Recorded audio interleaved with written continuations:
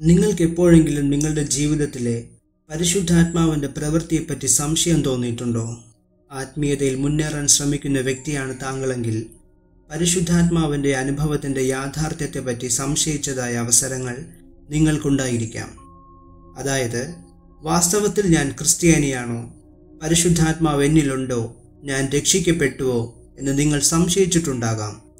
പരിശുദ്ധാത്മാവ് നമ്മിലുണ്ട് എന്ന് സ്ഥിരീകരിക്കുന്ന അടയാളങ്ങൾ നിങ്ങൾ തേടുമ്പോൾ ഇങ്ങനെയുള്ള അവസ്ഥയിൽ കൂടിയാണ് താങ്കൾ കടന്നു പോകുന്നതെങ്കിൽ നിങ്ങൾ മനസ്സിലാക്കേണ്ടത്, ഉറപ്പുള്ള അടിസ്ഥാനം എന്ന നിലയിൽ യഥാർത്ഥ രക്ഷാനിർണയം കൂടാതെ ക്രിസ്തീയ ജീവിതത്തിൽ പരിശുദ്ധാത്മാവിലുള്ള ആഴമേറിയ കാര്യങ്ങൾ അനുഭവിക്കുവാൻ പ്രയാസമാണ് എന്നതാണ്.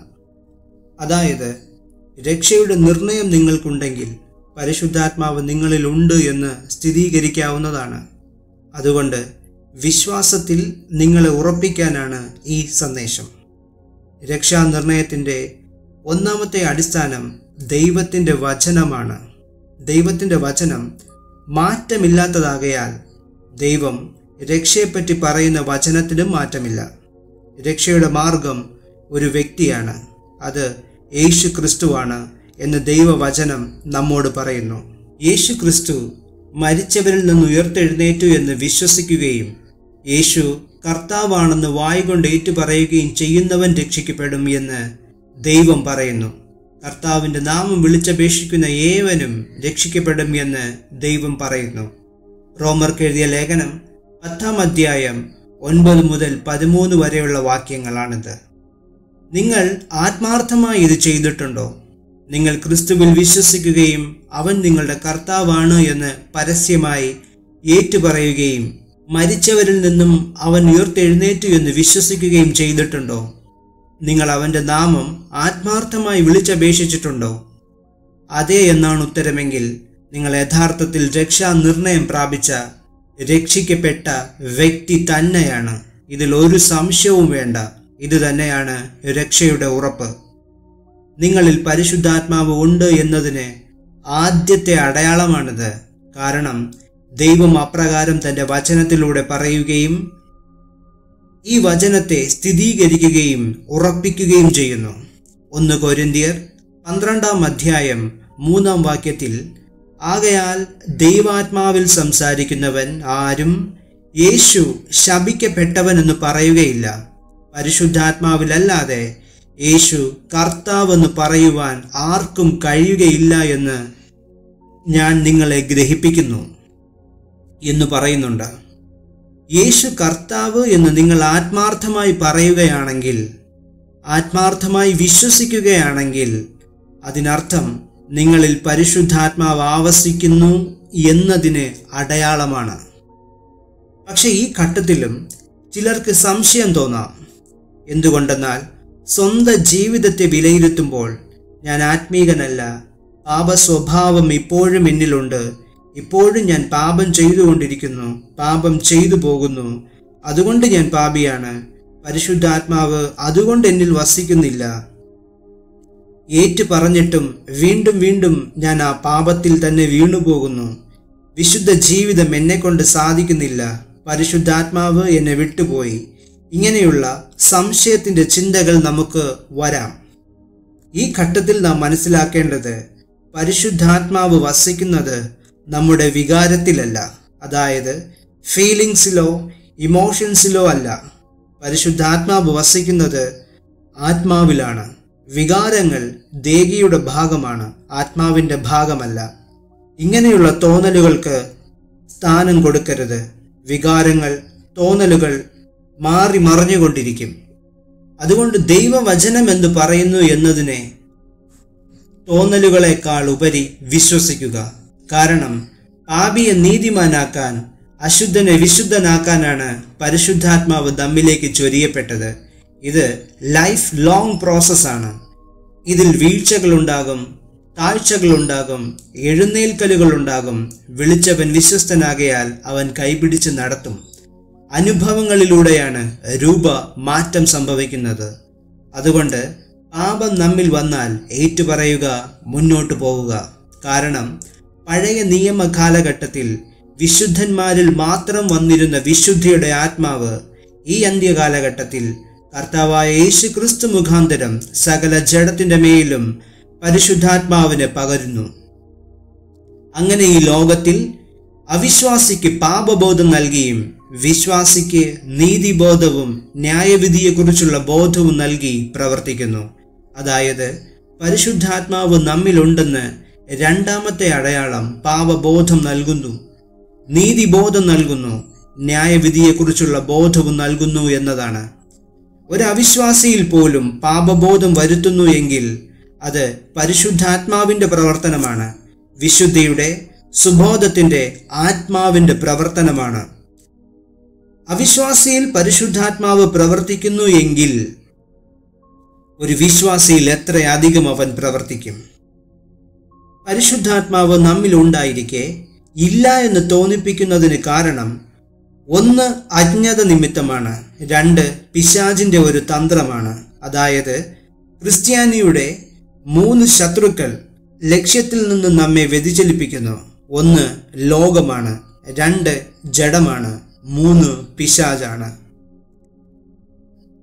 ലോകം പുറത്തുനിന്നും, ജഡം അകത്തുനിന്നും, പിശാച് പുറത്തുനിന്നും നമ്മെ നിയന്ത്രിക്കാൻ ശ്രമിക്കുന്നു.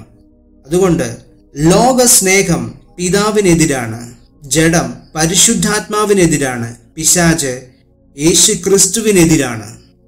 അങ്ങനെയെങ്കിൽ പിതാവിന്റെ സ്നേഹം കൊണ്ട് ലോകത്തെയും പരിശുദ്ധാത്മാവിനാൽ ജഡത്തെയും കുഞ്ഞാടിന്റെ തിരുരക്തത്താൽ പിശാചിനെയും ജയിക്കണം. ലോകത്തെയും ജഡത്തെയും പിശാചിനെയും ജയിക്കുക എന്നതാണ് ക്രിസ്ത്യാനിത്വം.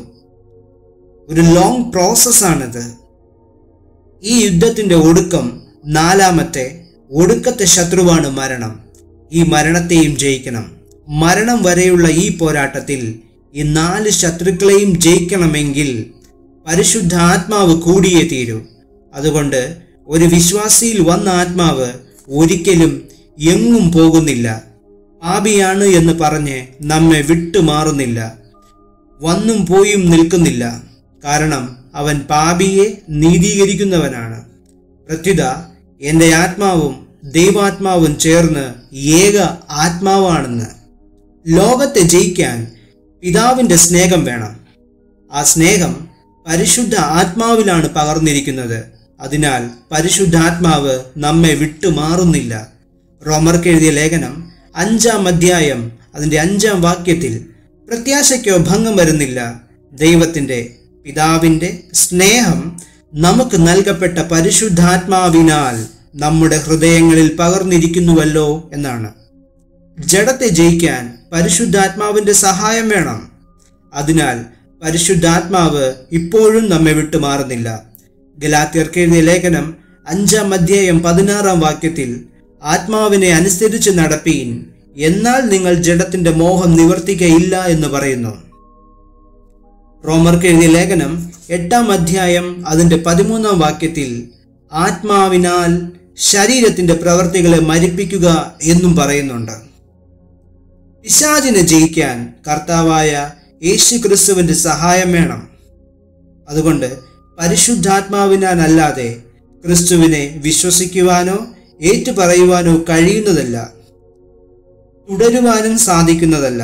അതുകൊണ്ട് ആത്മാവ് നമ്മെ വിട്ടുമാറുന്നില്ല. ഇപ്പോഴും ഒടുക്കത്തെ ശത്രുവായ മരണത്തെ ജയിക്കുവാനും ക്രിസ്തു യേശുവിനെ ഉയർപ്പിച്ചവൻ നിങ്ങളുടെ ഉള്ളിൽ വേണമെന്ന് റോമർക്ക് എഴുതിയ ലേഖനം 8-ാം അധ്യായം അതിൻ്റെ 11-ാം വാക്യത്തിൽ പറയുന്നു. അങ്ങനെയെങ്കിൽ ഇനിയും ഒട്ടും സംശയിക്കരുത്, പരിശുദ്ധാത്മാവ് നിങ്ങളിൽ ഉണ്ട് എന്ന് സ്ഥിരീകരിക്കുക. കാരണം വിളിച്ചവൻ വിശ്വസ്തനാണ്, അവൻ തരുന്ന ദാനങ്ങളെ തിരിച്ചെടുക്കുന്ന അല്പനല്ല, നമ്മുടെ പിതാവായ ദൈവമാണ്, നല്ല പിതാവാണ്. ഒരു മനുഷ്യന്റെ മരണത്തിന്റെ തൊട്ട് മുൻപുള്ള നിമിഷത്തിൽ പോലും അനുതപിക്കുവാൻ ദൈവം അവന് അവസരം നൽകുന്നു. ക്രൂശിലെ കള്ളന്മാർ ഇതിനുദാഹരണമാണ്. ഇതും പരിശുദ്ധാത്മാവിന്റെ പ്രവർത്തനമാണ്. പാപികളിൽ പാപബോധം വരുത്തുന്ന ആത്മാവ്, കൃപയുടെ നീർച്ചാലുകൾ ഒഴുക്കി അനുതാപത്തിന്റെ കണ്ണുനീർ പൊഴിക്കുന്ന ആത്മാവ്, സത്യത്തിന്റെ ആത്മാവെന്ന ത്രിത്വത്തിൽ 3ാമനായ പരിശുദ്ധാത്മാവാം ദൈവം ദൈവിക ജീവൻ സ്വീകരിക്കുന്നതിന് നമ്മെ ഒരുക്കുന്നു. ബലഹീനതകളിൽ നമ്മെ താങ്ങി ശക്തിയും ധൈര്യവുമുള്ളവരാക്കി തീർക്കുന്നു. പിതാവിൽ നിന്നുള്ള സ്നേഹത്തെ വഹിക്കുകയും ക്രിസ്തുവിന്റെ രക്തത്തെ നമ്മിലേക്ക് എത്തിക്കുകയും ചെയ്യുന്നു. അതായത് പരിശുദ്ധാത്മാവാം ദൈവം പിതാവിൽ നിന്ന് പുറപ്പെടുകയും പുത്രനിൽ നിന്നും എടുക്കുകയും ചെയ്യുന്നവനാണ്. ഒരു വിശ്വാസിയുടെ ജീവിതത്തിൽ നീതിയെക്കുറിച്ചും ന്യായവിധിയെക്കുറിച്ചും ബോധം വരുത്തുന്നത് കൂടാതെ തുടർന്ന് പരിശുദ്ധാത്മാവ് ചെയ്യുന്ന 10 പ്രവർത്തികൾ എന്താണെന്ന് നോക്കാം. ആദ്യത്തേത്, വീണ്ടും ജനിപ്പിക്കുന്നു. ആത്മാവിനാൽ ജനിച്ചത് ആത്മാവാകുന്നു. യോഹന്നാൻ 3-ാം അധ്യായം 5 മുതൽ 6 വരെയുള്ള വാക്യങ്ങളിൽ പറയുന്നു.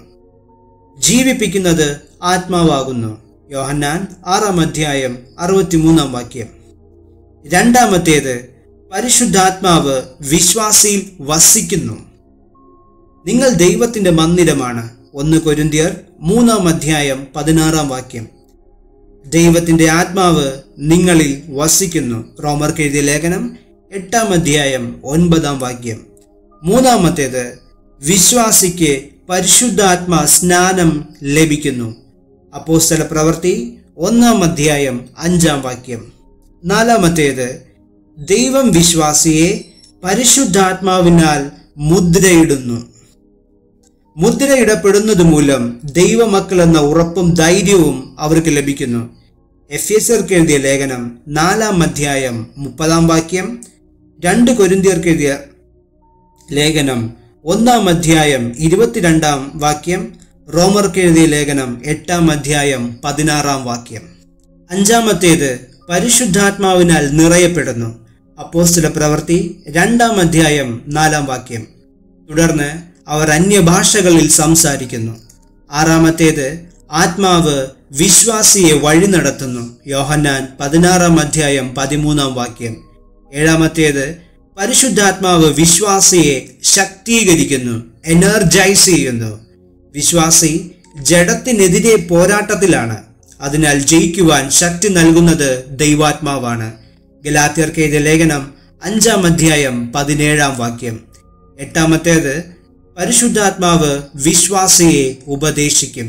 യോഹന്നാൻ 14-ാം അധ്യായം 26-ാം വാക്യം. ഒൻപതാമത്തേത്, പരിശുദ്ധാത്മാവ് വിശ്വാസിക്ക് ആത്മാവിന്റെ ഫലം നൽകുന്നു. ഗലാത്യർക്ക് എഴുതിയ ലേഖനം 5-ാം അധ്യായം 22-ാം വാക്യം. 10. പരിശുദ്ധാത്മാവ് വരങ്ങൾ നൽകുന്നു. 1 കൊരിന്ത്യോസ് 12-ാം അധ്യായം 8 മുതൽ 10 വരെയുള്ള വാക്യങ്ങൾ. റോമാലേഖനം 12-ാം അധ്യായം 6 മുതൽ 8 വരെയുള്ള വാക്യങ്ങൾ. പൊതുപ്രയോജനത്തിനായിട്ടാണ് കൃപാവരങ്ങൾ നൽകപ്പെട്ടിരിക്കുന്നത്. ഉത്സവത്തിന്റെ മഹാദിനമായ ഒടുക്കത്തെ നാളിൽ യേശു നിന്നുകൊണ്ട്, ദാഹിക്കുന്നവനെല്ലാം എൻ്റെ അടുക്കൽ വന്ന് കുടിക്കട്ടെ, എന്നിൽ വസിക്കുന്നവന്റെ ഉള്ളിൽ നിന്ന് തിരുവെഴുത്ത് പറയുന്നത് പോലെ ജീവജലത്തിന്റെ നദികൾ ഒഴുകും എന്ന് വിളിച്ചു പറഞ്ഞു. അവനിത് തന്നിൽ വിശ്വസിക്കുന്നവർക്ക് ലഭിക്കാനുള്ള ആത്മാവിനെ കുറിച്ചാകുന്നു പറഞ്ഞത്.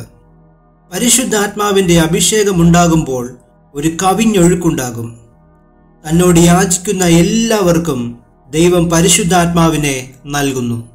അങ്ങനെ ദോഷികളായ നിങ്ങൾ നിങ്ങളുടെ മക്കൾക്ക് നല്ല ദാനങ്ങളെ കൊടുപ്പാൻ അറിയുന്നുവെങ്കിൽ സ്വർഗസ്ഥനായ പിതാവ് തന്നോട് യാചിക്കുന്നവർക്ക് പരിശുദ്ധാത്മാവിനെ എത്ര അധികം കൊടുക്കും. പരിശുദ്ധാത്മാവ് നിങ്ങളിലുണ്ട് എന്ന് മനസ്സിലുറച്ച് ആത്മാവ് നിറഞ്ഞവരായി അന്യോന്യം സംസാരിക്കുവാനും കൃപാവരങ്ങൾ പ്രാപിച്ച് പൊതുജനങ്ങൾക്ക് പ്രവർത്തിക്കുവാനും വലിയവനായ ദൈവം നിങ്ങളെ ഓരോരുത്തരെയും യോഗ്യരാകട്ടെ എന്ന് പ്രാർത്ഥിക്കുന്നു.